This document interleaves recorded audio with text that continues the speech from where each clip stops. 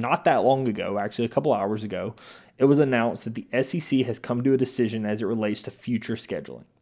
And the decision that they have made is that all teams are going to be required to play 9 conference games. Those conference games are going to be split how we had heard, where they're going to have 3 permanent matchups.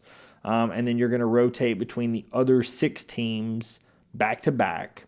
And then additionally, what they're going to do is in a 4-year period, you're going to play the rest of the conference both home and away, right? So in any 4-year period, you will have played, Alabama will have played every team in the conference, both in our stadium and on the road in their stadium in a 4-year period is the model that they're going to. But in addition to that, they're going to be adding a requirement where every team has to play another high major team. I'm going to say Power 5 team plus Notre Dame. In college basketball, you talk about a high major. Either way, right? Like a big power school is who you're going to have to play. And, obviously this is the SEC kind of pushing back at what the Big Ten has been talking about. I know there's been a lot of discussion around the college football playoff and around the number of teams that the Big Ten and the SEC are kind of going after for automatic bids. A lot of the push has been the Big Ten was mad the SEC only had 8 conference games, so they were trying to push to get the SEC to 9 conference games. The SEC kind of did one better than that and like, hey, we're going to go 9 conference games and we're going to play somebody from another league. There is some question around the teams kind of like Alabama that have multiple power conference teams scheduled. Like, for example, this season where Alabama has Wisconsin and Florida State. That is something that we have scheduled in some coming years. So the question is going to be, like, does Alabama keep the 9 conference games and 2 power conference teams to potentially only get one of your cupcake games, so to speak?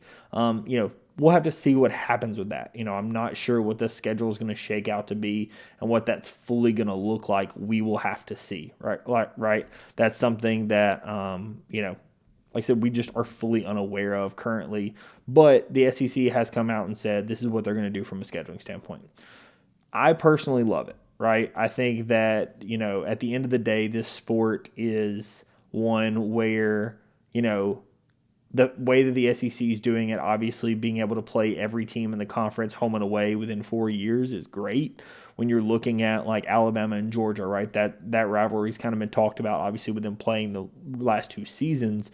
But it's a situation where Alabama and Georgia really, like, one of the last times they played in Athens was in 2010, right, or 2015, right? Like, it's been a long time since they played in Athens. It's been a long time since they played in Tuscaloosa, right? These rivalries that were not the guaranteed rivalries like your Tennessees of the world that Alabama plays every season have been games that have been kind of lost by the wayside even though you're in the conference with them. These have not been games that you've played a ton. And because of it, it does hurt some of the rivalry, the fan bases, etc. And, like when I was in school, I'm trying to think, I don't even think we ever played Georgia while I was in school. I was in school for 4 years, right? So, like, these are obviously outside of like a national title game, right? But these are the things you kind of have to think about is some of the interconference rivalries, so to speak, get lost when you don't play everybody. So I think that going to 9 conference games, going to the 3 guaranteed games like they're going to, where it's going to be similar to basketball in that sense, right? In basketball, they have 3 games that are both home and away, and then you play everybody else.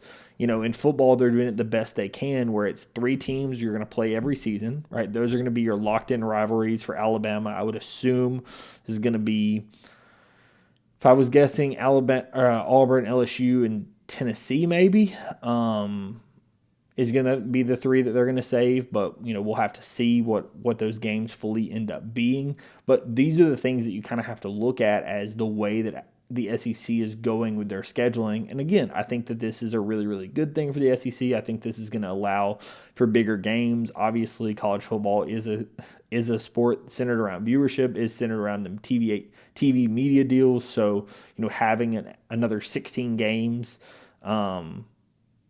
that, are just better, that's a great thing to see, right? That's every team is getting another game that's a power game on their schedule. So that's, in my mind, always a good thing to see. very happy to see that, or I guess 8 games, one more weekend that has all the SEC teams playing a power team, right? So really, really happy to see that. Also curious to see how it shakes out on who some of these who some of these other SEC teams schedule on the other power conference side. I know Alabama has been doing this for a few years.